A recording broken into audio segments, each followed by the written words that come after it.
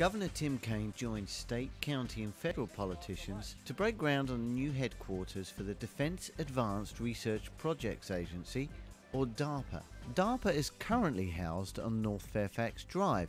DARPA's new headquarters will be on the site of the old Metrobus garage on Wilson Boulevard. But what exactly is DARPA and what do they do? It was born with Sputnik. When the Russians put up the satellite, the U.S. entered the space race. Congress created this agency. They want projects that have potentially enormous rewards, that have relatively modest chance of being successful, but when they are successful, kind of can blow you away.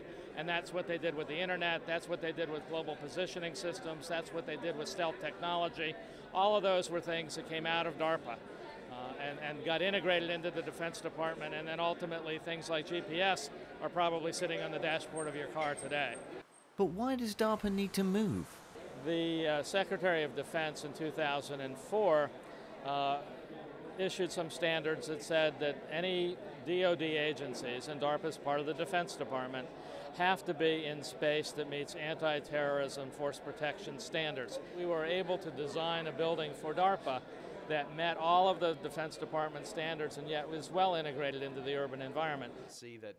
Keeping DARPA in Arlington is considered so important that both the county and state government have allocated funds for the project. There was a $10 million state allocation that was very difficult to keep in for this project. I have had to cut $7 billion out of an $80 billion budget over the last 2.5 years. And so new money for anything was tough.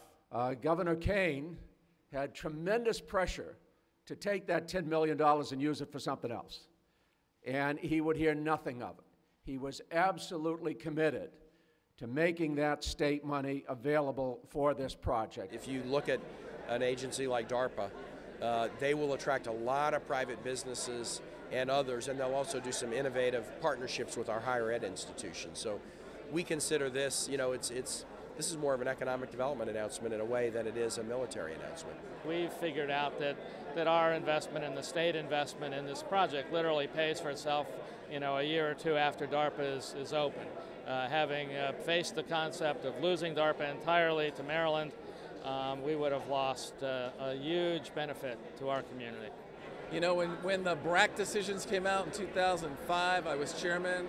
We had two strategies. One was to keep everything, which we knew we'd have a hard time with. The second was to focus on the brainiacs, the smart, the DARPA, because of all the impact, economic development impact, jobs impact to Arlington.